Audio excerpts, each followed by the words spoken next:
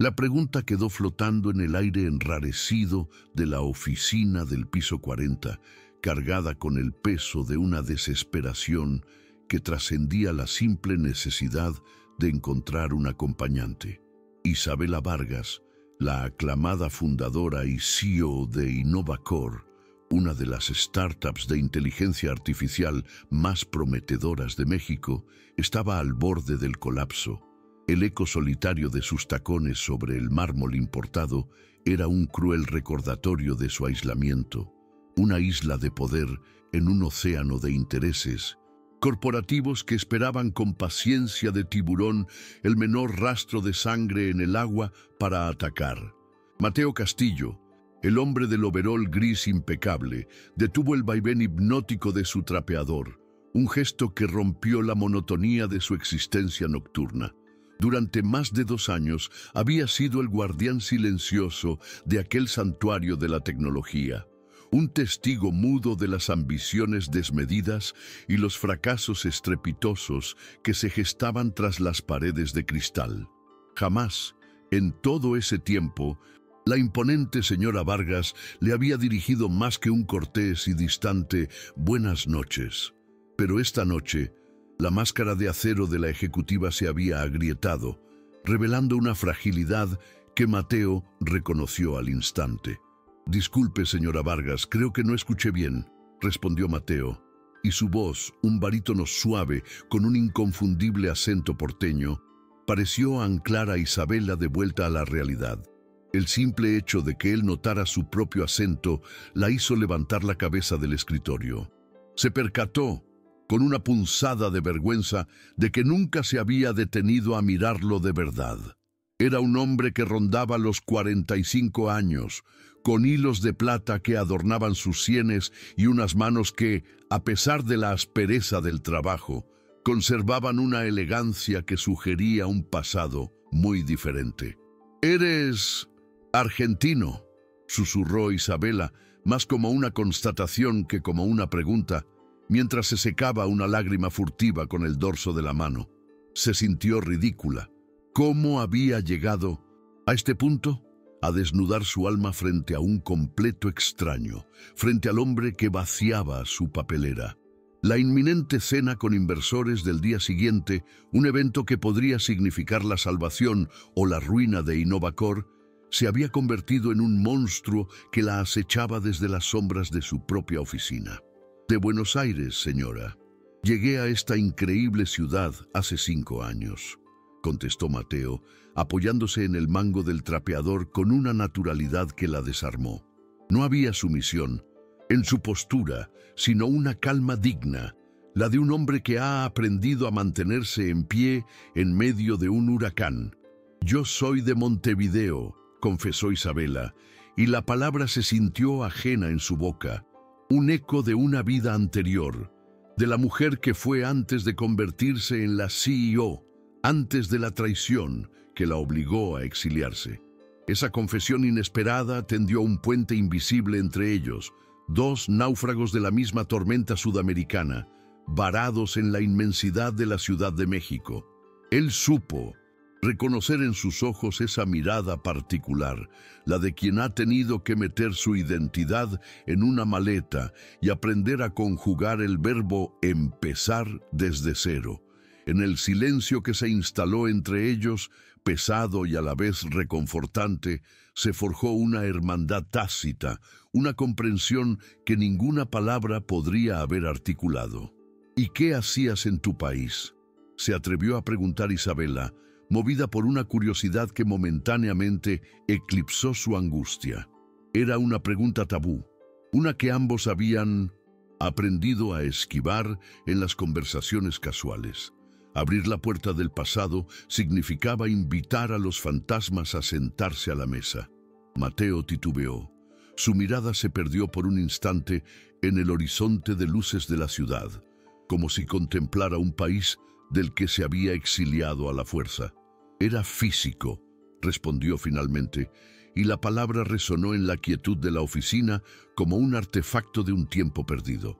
«Investigador en la Universidad de Buenos Aires. Mi campo era la física de 1900». partículas, específicamente la computación cuántica. La revelación golpeó a Isabella con la fuerza de un relámpago. Este hombre, que pulía los suelos sobre los que sus ingenieros desarrollaban algoritmos, había trabajado en las bases teóricas que hacían posible su negocio. La ironía era tan salvaje que le revolvió el estómago.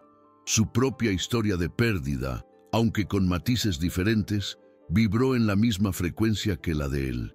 Ella había sido dueña de una próspera empresa de software en Montevideo, un sueño familiar construido con líneas de código y noches sin dormir. Pero su negativa a ceder ante las presiones de un grupo político que pretendía usar su plataforma para fines ilícitos desató una cacería de brujas, sabotajes, amenazas veladas, hasta que un día tuvo que venderlo todo a precio de saldo y huir, reinventándose en México desde la nada. «Entiendo perfectamente», dijo Isabella, y su voz, por primera vez en mucho tiempo, sonó desprovista de su armadura de CEO. El orgullo, herido en la voz de Mateo, cuando admitió ser conserje, era un eco exacto del tono que ella usaba internamente cuando recordaba su vida anterior. Eran dos sobrevivientes, dos arquitectos de nuevas identidades levantadas sobre los escombros de lo que les habían arrebatado, y en esa vulnerabilidad compartida, la idea que había cruzado su mente como un delirio empezó a tomar forma. Javier Morales, mi socio, es uno de esos hombres que cree que una mujer no puede liderar sola, explicó Isabella, sintiendo la necesidad de justificar su insólita petición. Y Elena Navarro, la inversionista que necesitamos convencer, es de la vieja guardia. Siempre busca con la mirada a un hombre a mi lado como si mi valía profesional necesitara una validación masculina. Es absurdo, lo sé, pero es el juego al que debo jugar mañana. Necesito a alguien que no pertenezca a este circo. Necesito que finjas ser alguien que no eres por una noche. ¿Vendrías conmigo?, repitió, esta vez con una determinación desesperada. Te pagaré muy bien, lo que consideres justo. La oferta de dinero, aunque necesaria, sonó cruda y fuera de lugar, una ofensa a la frágil conexión que acababan de establecer. Mateo sintió una punzada de humillación, la misma que le atenazaba el pecho cada vez que recogía la basura de ejecutivos que ganaban en un día lo que él en meses. Pero entonces un rostro amado y pálido apareció en su mente, anclándolo a la cruda realidad. Era el rostro de su hija, Sofía. Pensó en ella, en su cama en el modesto departamento de la colonia Doctores, rodeada de libros de medicina y de sueños que costaban una fortuna. Sofía, su faro y su motor, la razón por la que había soportado 5 años de invisibilidad y trabajos mal pagados. La enfermedad autoinmune que la consumía lentamente era una batalla diaria, un pozo sin fondo de gastos en medicamentos y consultas con especialistas que su sueldo de conserje apenas lograba cubrir. El orgullo, se recordó, era un lujo que no podía permitirse. «¿Cuánto?», preguntó Mateo, y el susurro fue el sonido de su dignidad rindiéndose ante la necesidad más primordial de un padre. «Suficiente para que no tengas que preocuparte por un tiempo», respondió Isabella, comprendiendo la magnitud de la transacción que estaban a punto de realizar.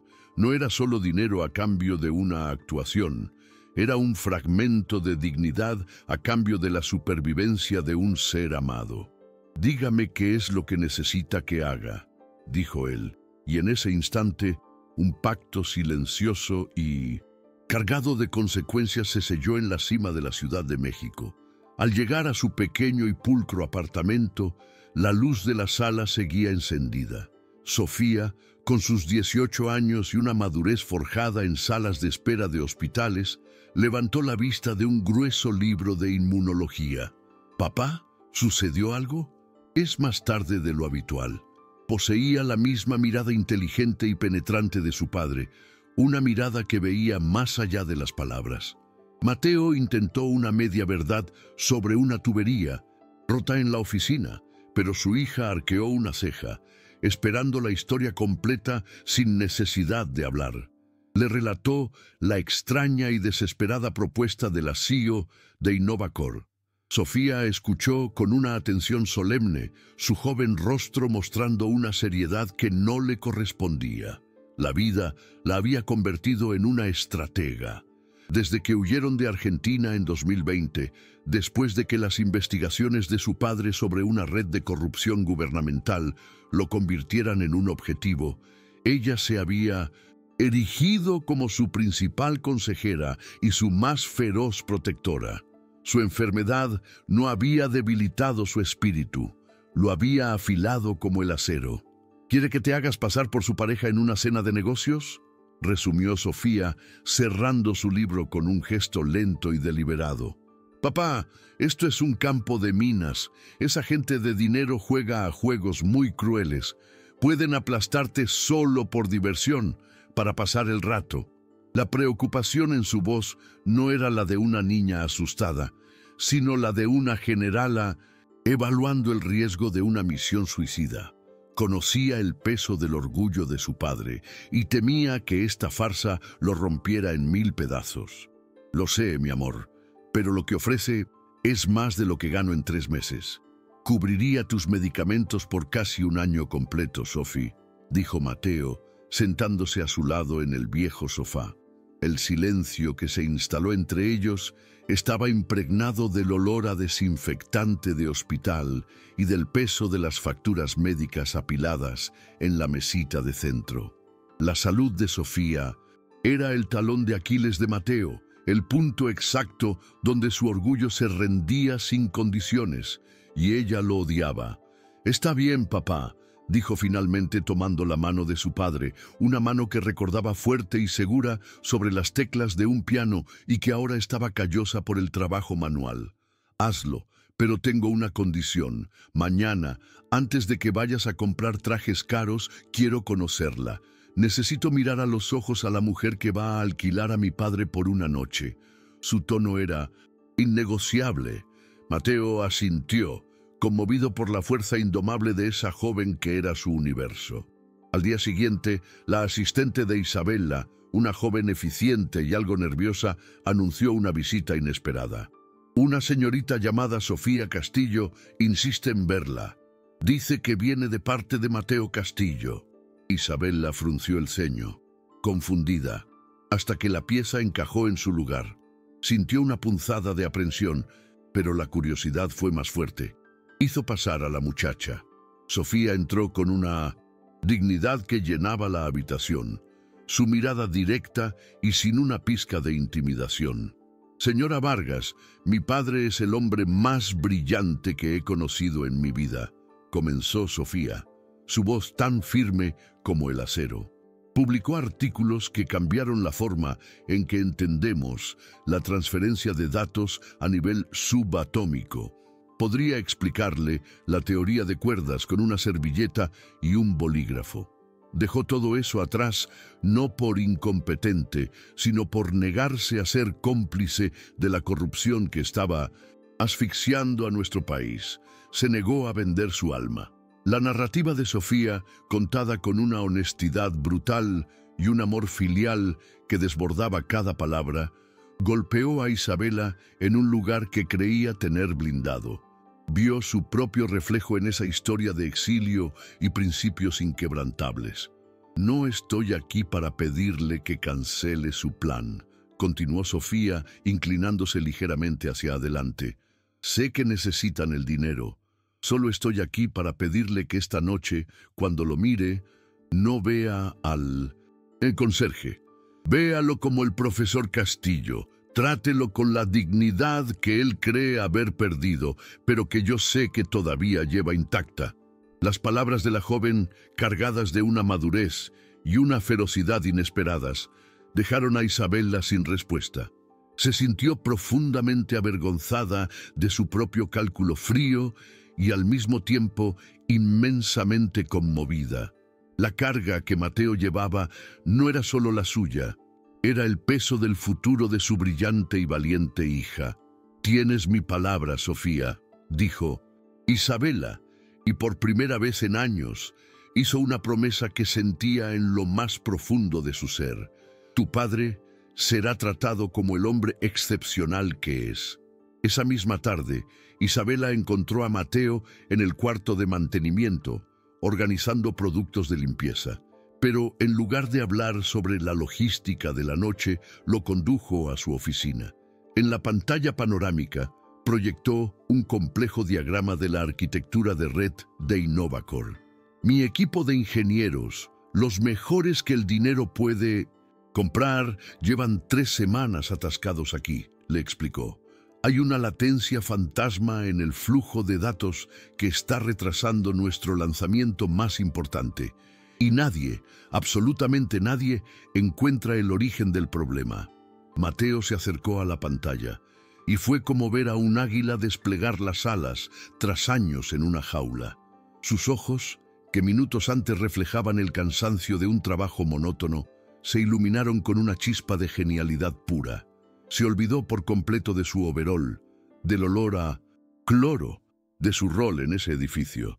Su dedo, seguro y preciso, trazó líneas invisibles sobre el diagrama, su mente moviéndose a una velocidad que Isabela apenas podía seguir.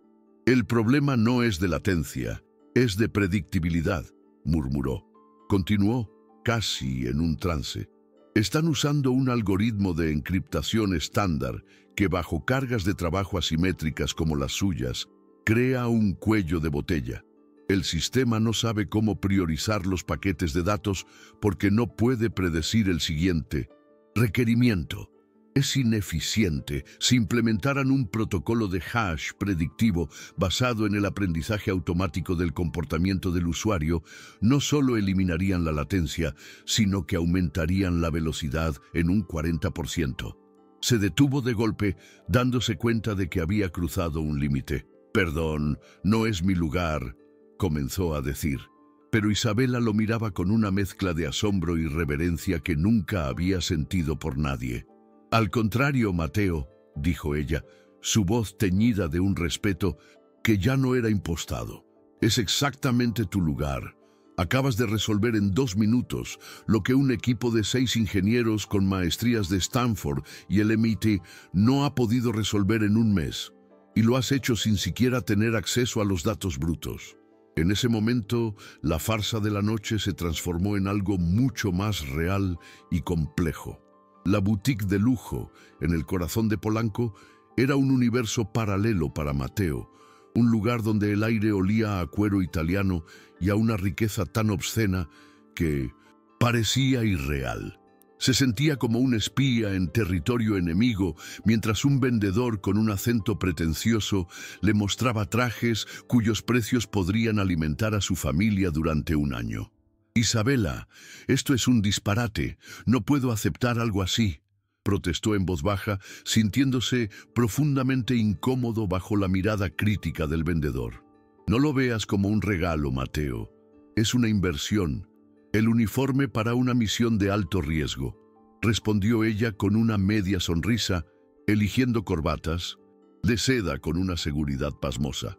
«Esta noche no eres el conserje ni el físico. Eres Diego Villa, un consultor de inversiones independiente, un viejo amigo mío de Montevideo que está de paso por México. Una historia de portada simple, elegante y difícil de verificar en una noche».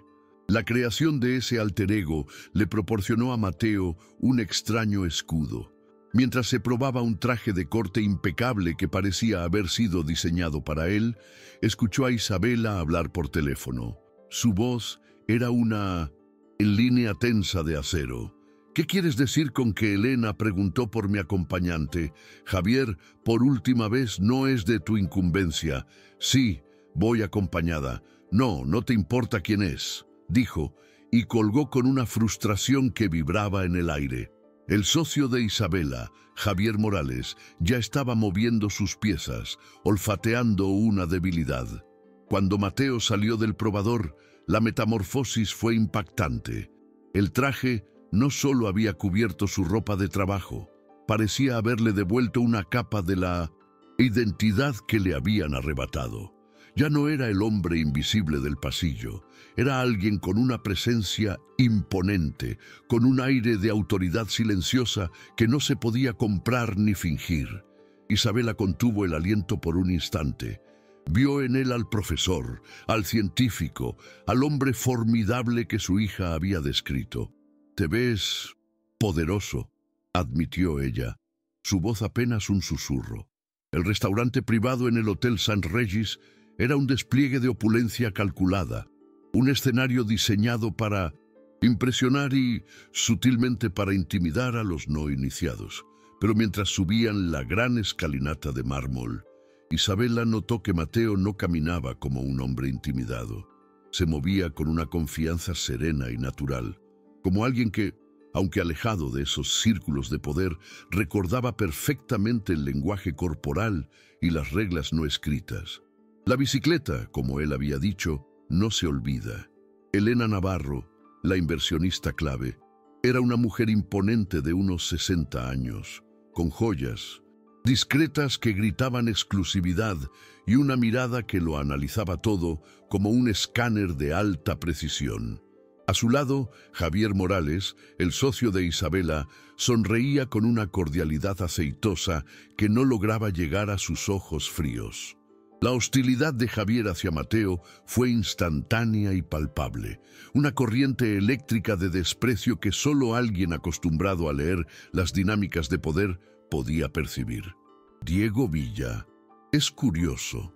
No recuerdo haber oído tu nombre en el circuito financiero de la ciudad», comentó Javier después de las presentaciones formales.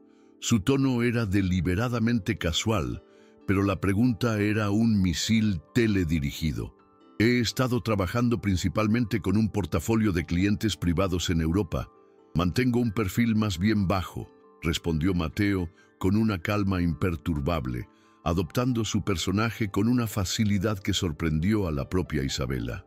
Había pasado años en simposios internacionales, debatiendo con premios Nobel.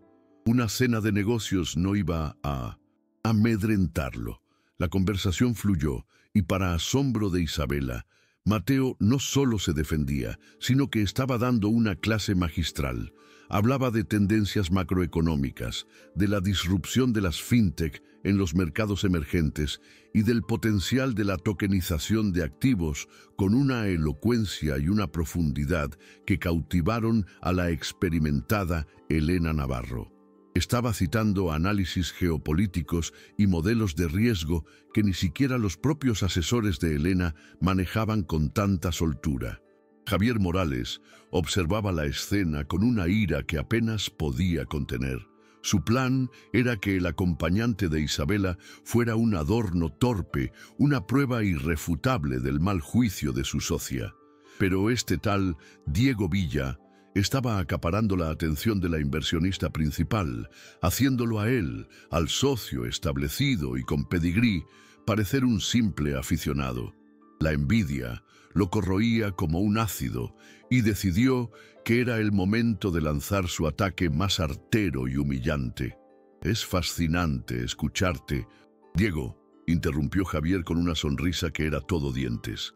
«Hablas con la autoridad de un académico. Tu dominio de la teoría es impresionante. ¿Dónde hiciste tus estudios?»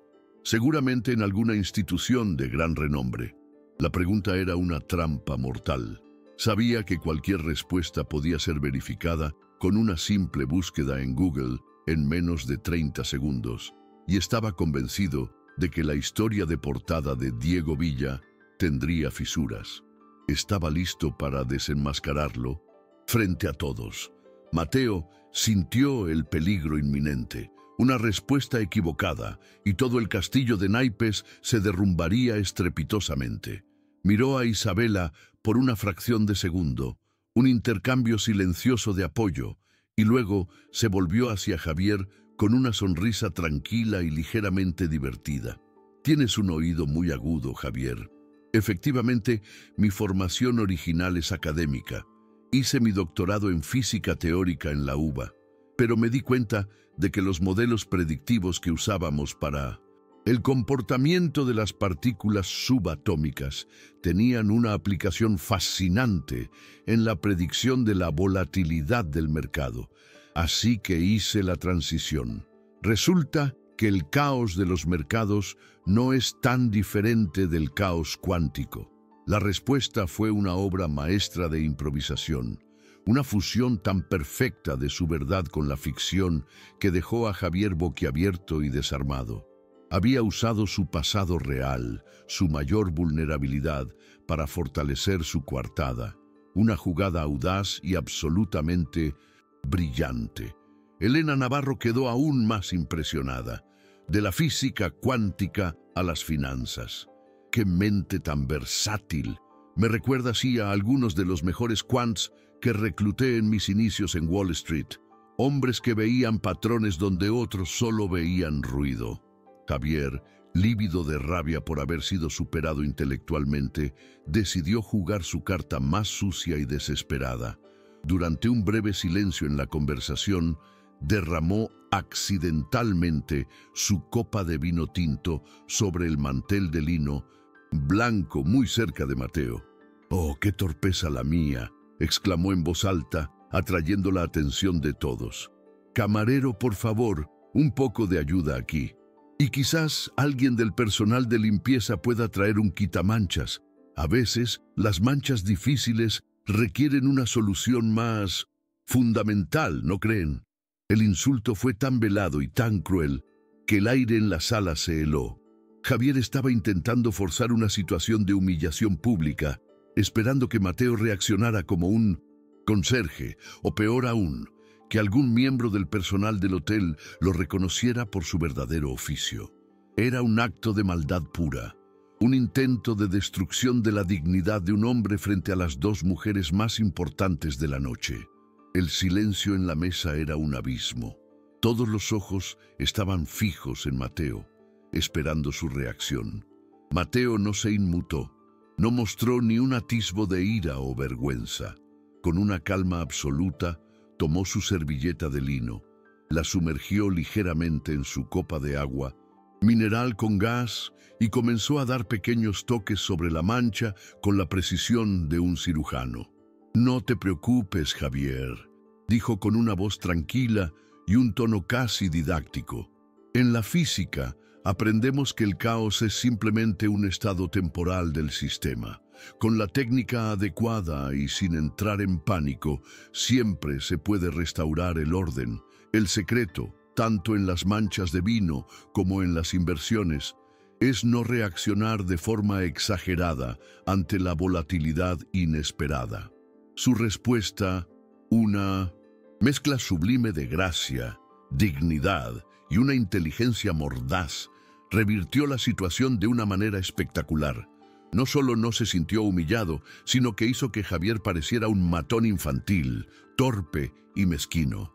Elena Navarro lo miró con una admiración que ya no se molestaba en ocultar. Vio a un hombre que no solo era brillante, sino que poseía un temple de acero y un carácter inquebrantable. El plan de Javier no solo había fracasado, se había vuelto en su contra de la peor manera posible.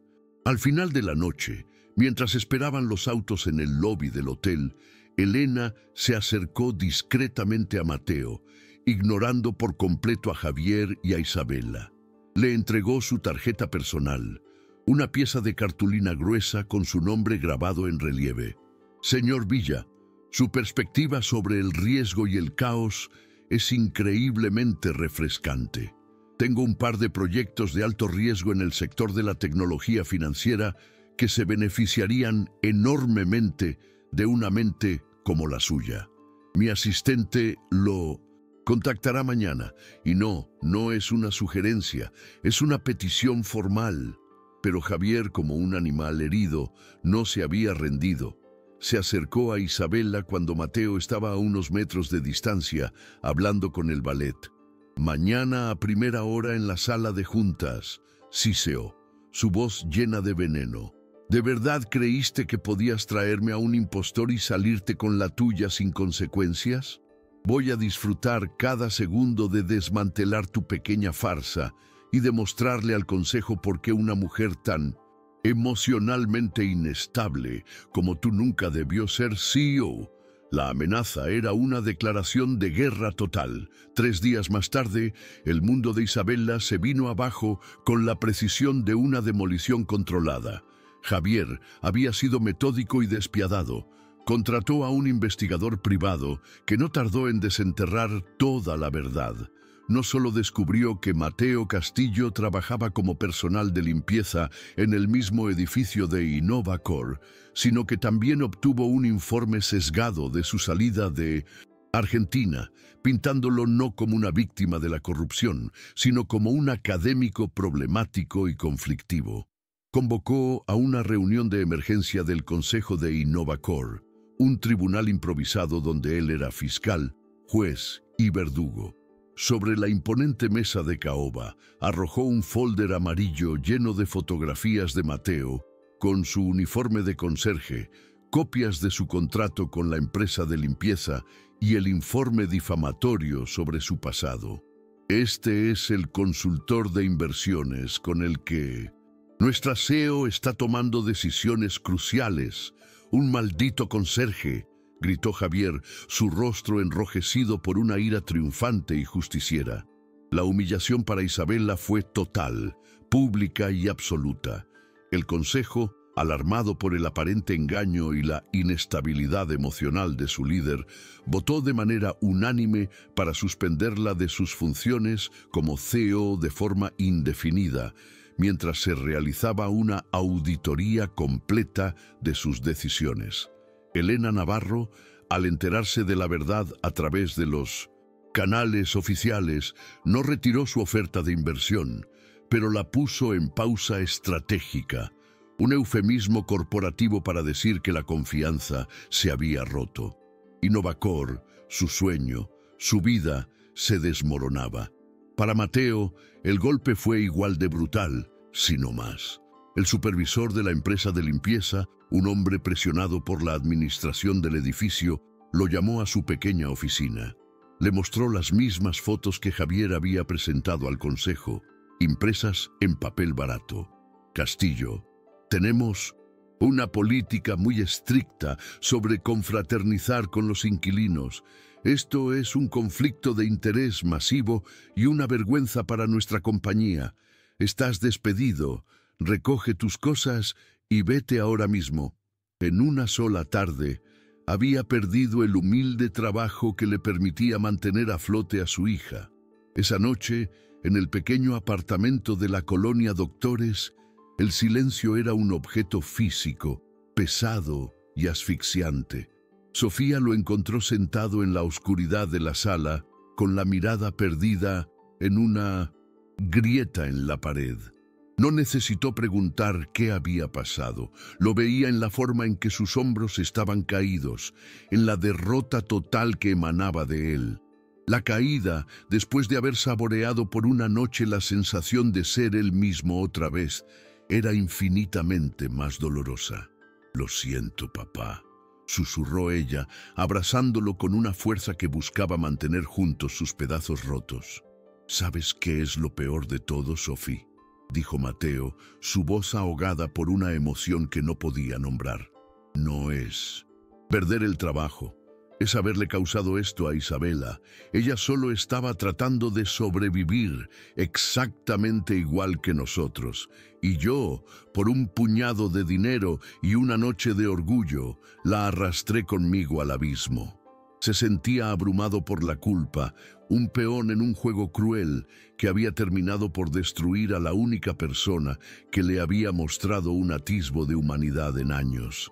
En medio de esa desolación absoluta, su viejo y gastado teléfono celular sonó, una estridencia que rompió el silencio, y fúnebre. Era un número desconocido de la zona de Santa Fe. Con una desgana infinita contestó, esperando que fuera una llamada equivocada.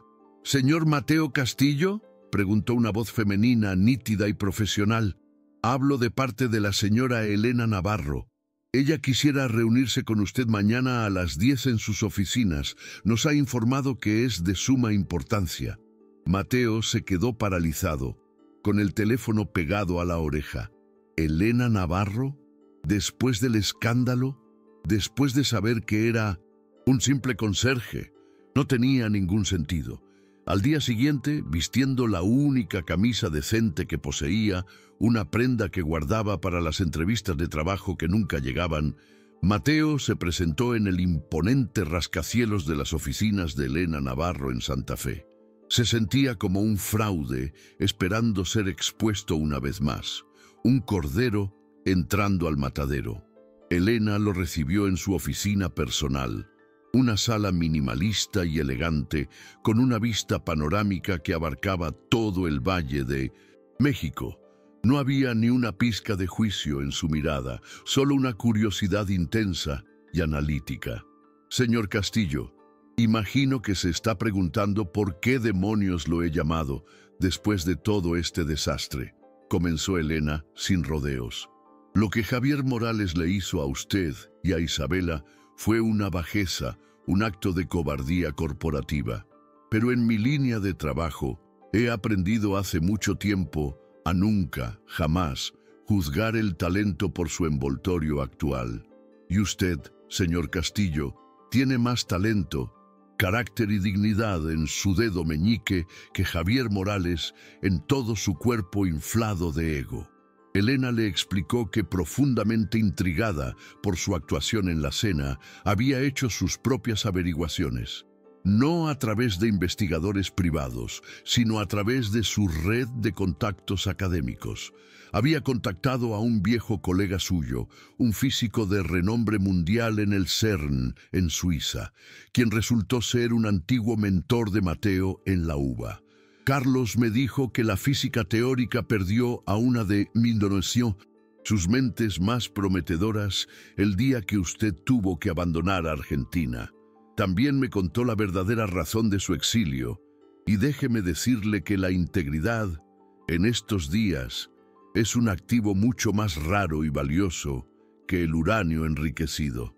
Tengo un problema muy serio, señor Castillo, continuó Elena, poniéndose de pie y caminando hacia la ventana. Una de mis empresas de tecnología financiera está desarrollando un sistema de encriptación cuántica. Es el futuro de la seguridad bancaria global. Pero están completamente atascados. El proyecto está a punto de colapsar y con él una inversión personal mía de $50 millones. Necesitan un milagro, necesitan a alguien que no piense fuera de la caja, sino que entienda que la caja no existe. Necesitan a un físico cuántico de verdad. Le ofreció un contrato de consultoría por 3 meses. El sueldo era una cifra con tantos ceros que a Mateo le costó procesarla. Era suficiente para cambiar su vida y la de Sofía para siempre. Pero había una condición, una que lo dejó sin aliento. No quiero que trabaje desde aquí, quiero que trabaje desde las oficinas de InnovaCore. Quiero que salve mi proyecto y en el proceso ayude a Isabela a salvar el suyo. Creo en el talento, señor Castillo, pero también creo en las segundas oportunidades y en la lealtad. Demuéstrame que puedes manejar ambas cosas. Demuéstrame que la dignidad es más fuerte que la humillación. Mientras tanto, Isabela luchaba una batalla perdida por mantener InnovaCore a flote. Suspendida y marginada, veía desde su casa cómo Javier Morales, ahora como CEO interino, desmantelaba su visión pieza por pieza, preparando la empresa para una venta rápida y barata a un competidor. Se sentía completamente sola y derrotada. Había perdido su empresa, su reputación y la incipiente y extraña conexión con el hombre que le había recordado lo que era sentirse comprendida. La desesperación era su única compañera. Fue entonces, en su momento más bajo, cuando Mateo Castillo apareció en la puerta de su apartamento en la colonia Roma. No vestía un traje caro ni un overol de conserje, sino unos jeans y una camisa sencilla. Pero en sus ojos había una nueva luz, una determinación que no había visto antes. Llevaba una computadora portátil y una pila de documentos bajo el brazo.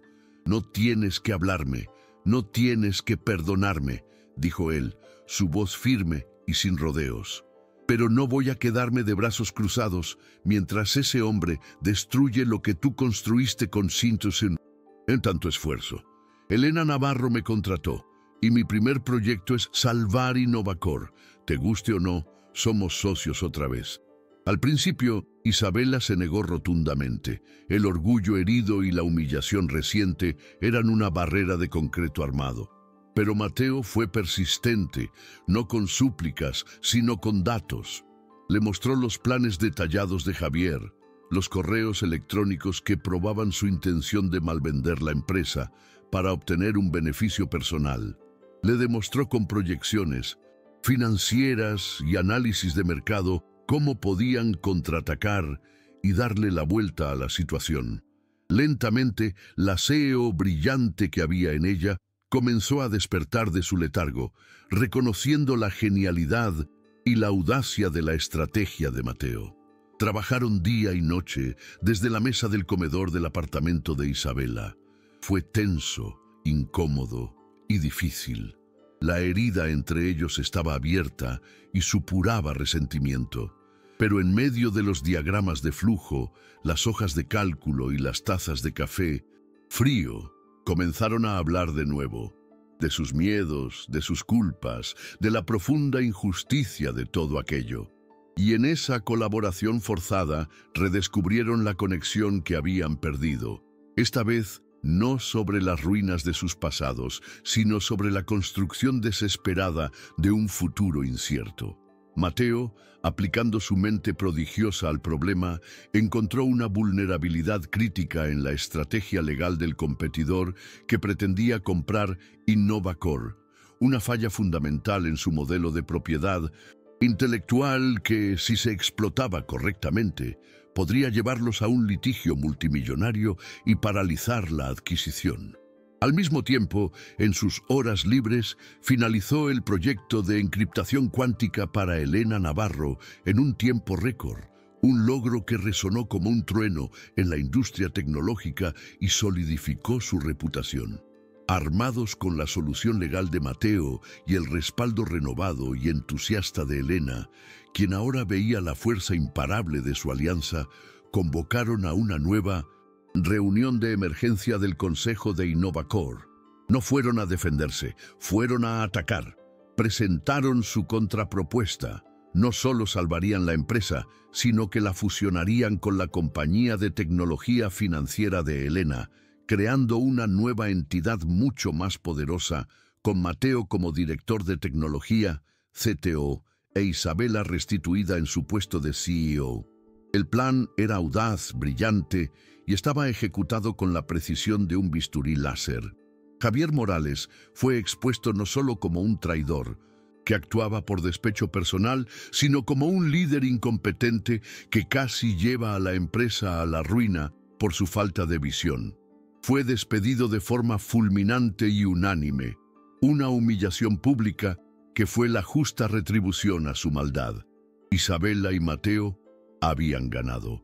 No solo habían salvado la empresa, en el proceso se habían salvado a sí mismos y el uno al otro.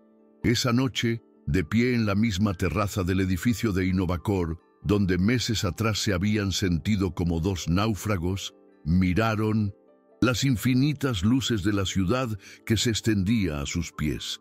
Ya no había necesidad de muchas palabras. La batalla compartida los había forjado en algo más que socios o amigos. Eran sobrevivientes, compañeros de armas. «Te debo una disculpa», dijo Isabela, su voz suave. «Asumí que eras una víctima que necesitaba ser salvada, cuando en realidad tú eras el caballero andante que venía a salvarme a mí». «Ambos estábamos perdidos en el mismo bosque oscuro, Isa», respondió él, usando su nombre de 1960. Pila por primera vez, un sonido que pareció cerrar una herida. Y nos encontramos el uno al otro, siguiendo el eco de nuestra propia soledad. Se acercó a ella, y el espacio entre ellos, antes lleno de tensión y dolor no expresado, ahora vibraba con una posibilidad diferente, una que ambos habían estado demasiado asustados o demasiado orgullosos para admitir. El beso que compartieron fue el final de un capítulo doloroso y el comienzo de todo lo demás. 6 meses después, la nueva empresa, bautizada como Quantum Core, era un éxito rotundo. La fusión había creado un gigante tecnológico que estaba revolucionando el sector de la seguridad financiera en toda América Latina. Pero para Isabela y Mateo, el verdadero éxito no se medía en los balances trimestrales, sino en la paz que finalmente habían encontrado. Habían aprendido a un costo muy alto que el verdadero valor no reside en los títulos corporativos o en las cuentas bancarias, sino en la resiliencia del espíritu y la inviolable dignidad del ser humano. Una tarde soleada, mientras caminaban por el apacible Parque México en la Condesa, observando a los perros jugar y a las familias reír, Mateo se detuvo bajo la sombra de un jacarandá. No tenía un anillo de diamantes, no había un plan elaborado ni una puesta en escena romántica. Solo tenía la certeza abrumadora de un corazón que, después de un largo y doloroso exilio, finalmente había encontrado su hogar. Isabela Vargas, me enseñaste que incluso los fantasmas pueden aprender a vivir de nuevo, dijo, tomando sus manos con una suavidad que contrastaba con la fuerza de su carácter. ¿Quieres casarte con este físico conserje consultor y construir algo que sea solo nuestro, lejos de las salas de juntas y las hojas de cálculo? Las lágrimas que llenaron los ojos de Isabela esta vez no eran de desesperación ni de humillación, sino de una alegría tan pura y abrumadora que le costaba respirar. Sí, susurró, una palabra que contenía universos enteros. Sí, Mateo. Castillo, quiero. Se abrazaron en medio del parque, dos almas que habían atravesado el infierno de la mano y habían encontrado una especie de paraíso en los brazos del otro. Su historia no era un cuento de hadas, era algo mucho mejor, era real. Era una prueba fehaciente de que las peores circunstancias pueden dar a luz a las mejores y más fuertes versiones de nosotros mismos. Un año después de su boda, una ceremonia íntima y sencilla en un pequeño jardín en Coyoacán, con Sofía y Elena como únicas y emocionadas testigos, inauguraron la Fundación Puente Cuántico, financiada con un porcentaje significativo de las ganancias de Quantum Core. La fundación se dedicaba a una misión muy personal: ayudar a profesionales exiliados y refugiados de alto calibre en México a revalidar sus títulos, obtener certificaciones locales y encontrar trabajo digno en sus respectivos campos de especialización. Era su forma de devolverle al mundo la segunda oportunidad que ellos mismos habían recibido. No, se trataba simplemente de ofrecer ayuda financiera o de colocar a las personas en trabajos. El objetivo principal de la fundación era restaurar la dignidad que tan a menudo se erosiona en el arduo y a veces humillante proceso de migración. Crearon programas de mentoría personalizados, talleres de adaptación cultural y una robusta red de apoyo que conectaba a los recién llegados con profesionales ya establecidos en sus áreas. Su lema era: el talento no tiene fronteras. La oportunidad tampoco. Debería tenerlas. Querían asegurarse de que ningún otro físico brillante tuviera que limpiar pisos para sobrevivir y que ninguna otra CEO talentosa tuviera que enfrentar sus batallas en completa soledad. La oficina de Mateo ya no era un diminuto cuarto de mantenimiento en un sótano, sino un laboratorio de innovación, de última generación, con vistas a toda la ciudad. En sus paredes no colgaban sus propios títulos enmarcados, sino fotografías de las familias a las que la fundación había ayudado. Una cirujana siria que ahora lideraba un equipo en un hospital de Monterrey, un arquitecto venezolano que estaba rediseñando espacios públicos en Guadalajara, una periodista afgana que había fundado un medio digital para mujeres. Esos eran sus verdaderos y más preciados trofeos. Isabela, por su parte, se había convertido en una de las voces más influyentes y respetadas del empresariado latinoamericano.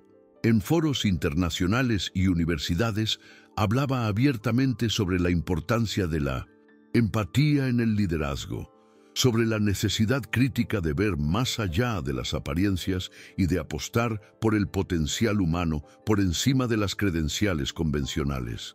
Su historia con Mateo, que al principio fue un escándalo corporativo, se había transformado en una leyenda inspiradora, un caso de estudio sobre resiliencia, integridad y liderazgo visionario. Sofía, mientras tanto, se estaba convirtiendo en una inmunóloga excepcional, cursando su especialidad en el Instituto Nacional de Ciencias Médicas y Nutrición. Motivada por su propia experiencia, su investigación se centraba en encontrar tratamientos más accesibles y humanos para enfermedades autoinmunes. A menudo bromeaba diciendo que sus padres eran tan predecibles que, incluso en la filantropía, habían encontrado la manera de fusionar la ciencia de su padre con la visión de negocios de su madre. La pequeña y atípica familia que habían formado era un testimonio viviente de la fuerza del amor, el apoyo mutuo y la perseverancia. Una noche, mientras veían un documental sobre la inmensidad del universo en su hogar en la colonia Roma, un espacio lleno de libros, arte latinoamericano y calidez, Isabela apoyó la cabeza en el hombro de Mateo. ¿Alguna vez te arrepientes de esa noche, de haber aceptado la propuesta desesperada de una mujer al borde de un ataque de nervios? Él la miró, y en sus ojos ella vio el mismo universo del documental, lleno de calma y profundidad. Fue la decisión más aterradora, y, habiéndome sienta, la vez, la más acertada de mi vida. Me obligó a dejar de ser un fantasma, me trajo de vuelta a mí mismo, y lo más importante de todo, me trajo a ti. Se dieron cuenta de que su verdadero hogar no era un lugar geográfico. No era la Buenos Aires que Mateo añoraba, ni la Montevideo que Isabela recordaba con nostalgia, ni siquiera la vibrante Ciudad de México que los había adoptado. Su hogar era ese espacio intangible que habían construido juntos, un refugio edificado con los cimientos del respeto mutuo, la admiración profunda y un amor que había sido probado en el crisol de la adversidad.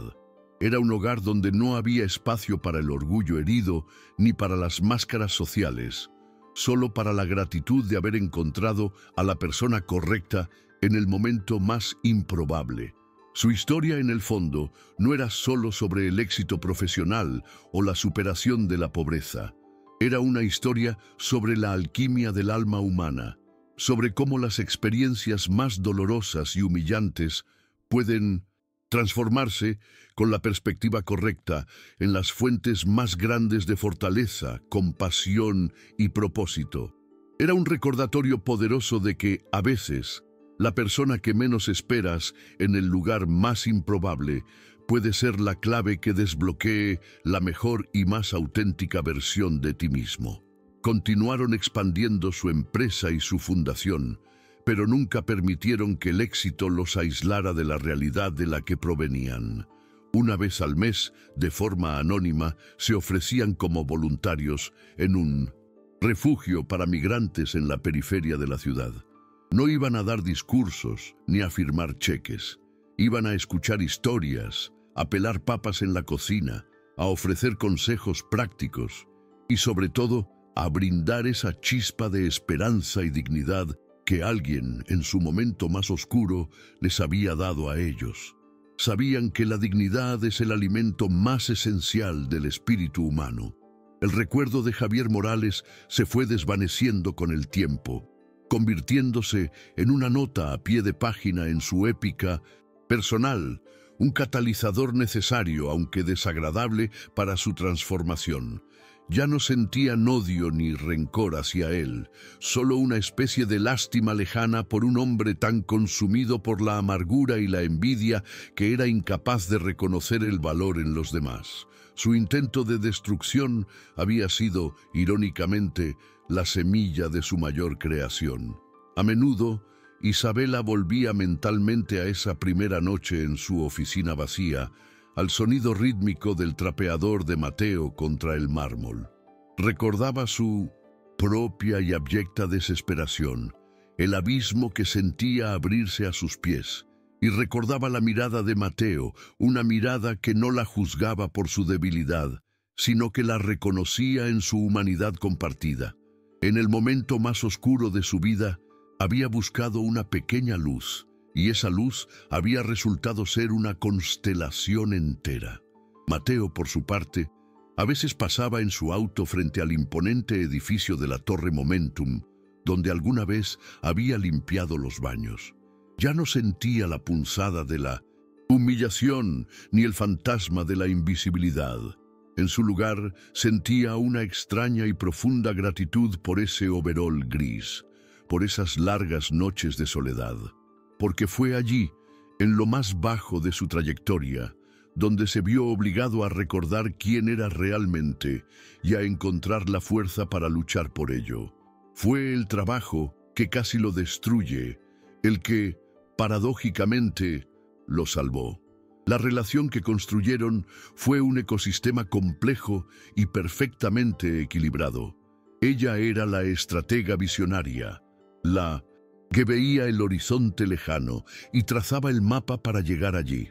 Él era el arquitecto de los cimientos, el que se aseguraba de que la estructura fuera sólida, innovadora y capaz de soportar cualquier tormenta, por violenta que fuera. Juntos, eran una fuerza de la naturaleza, no porque fueran perfectos, sino porque sus imperfecciones se complementaban y se fortalecían mutuamente. Aprendieron que el amor verdadero, el que perdura, no consiste en mirarse embelesado el uno al otro, sino en mirar y juntos en la misma dirección. Y su dirección era clara: construir un mundo, o al menos un pequeño rincón de él, donde el talento no tuviera pasaporte, donde la dignidad no fuera un lujo negociable y donde las segundas oportunidades no fueran una cuestión de suerte, sino un derecho fundamental para todo ser humano. La vida floreciente de Sofía era la prueba viviente de su éxito. Verla caminar por los pasillos del hospital con su bata blanca, hablando con los pacientes con una empatía y una calidez que recordaban a las de su padre, era la mayor recompensa que podían imaginar. Ella era su legado más preciado, la encarnación de la esperanza que habían cultivado con esmero en medio de la más profunda desesperación. Ella era la razón y el resultado tangible de toda su lucha. No pretendían tener todas las respuestas ni vivir en un estado de felicidad perpetua. Sabían que la vida, por su propia naturaleza, seguiría presentando desafíos, crisis y momentos de duda. Pero ahora los enfrentaban juntos, con la confianza serena de quienes han sobrevivido a lo peor y han salido fortalecidos. Habían aprendido la lección más importante de todas: que cualquier problema se vuelve manejable cuando tienes a la persona correcta a tu lado para enfrentarlo contigo. A veces, en la intimidad de su hogar, en la quietud de la noche, Isabela le susurraba al oído: «Gracias por aceptar la propuesta de una loca desesperada aquella noche». Y Mateo, besando su frente, siempre respondía: «Gracias a ti por hacerla».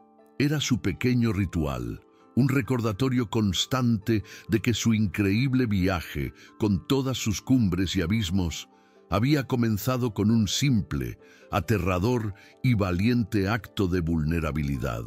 Su historia, contada en voz baja en los círculos correctos, se convirtió en un faro para muchos otros. Demostró de manera contundente que no importa cuán bajo caigas, siempre hay una manera de levantarse, a menudo con la ayuda de la persona que menos esperas. Demostró que el valor intrínseco de una persona no se define por su trabajo actual ni por su estatus social, sino por la fortaleza de su carácter y la magnitud de su potencial. Y demostró que, a veces, los encuentros más improbables son en realidad citas que el destino ha organizado con una sabiduría que escapa a nuestra comprensión.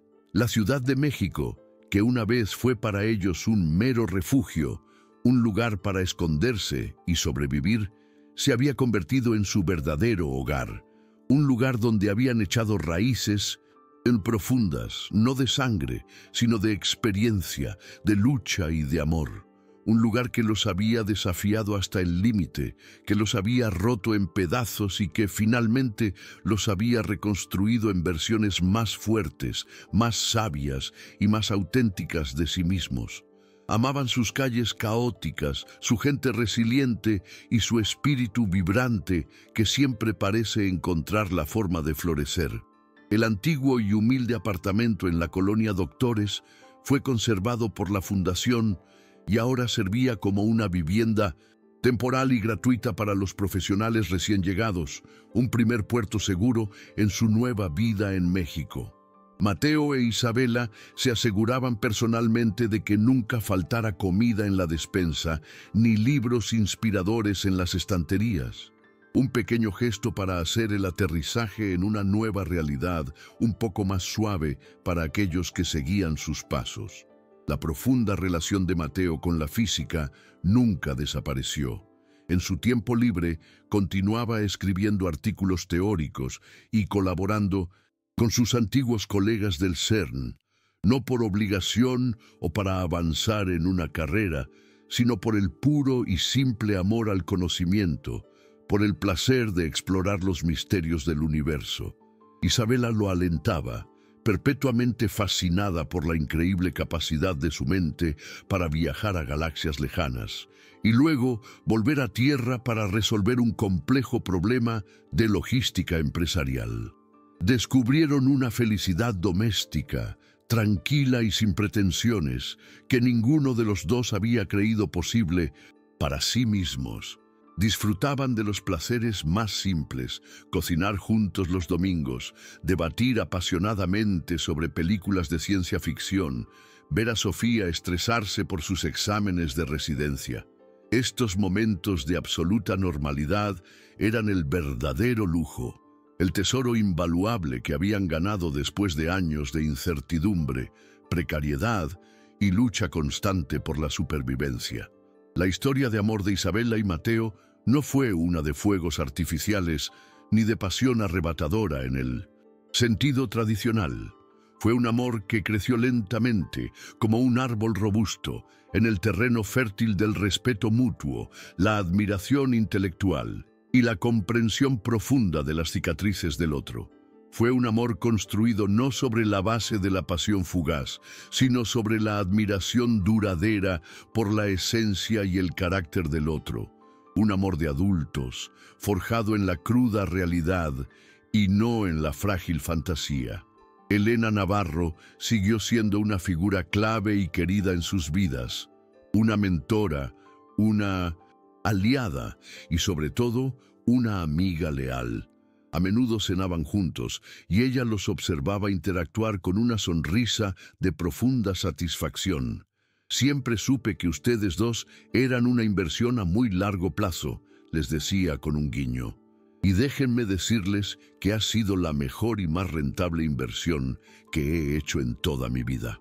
Se había convertido en la madrina no oficial de su improbable y maravillosa familia.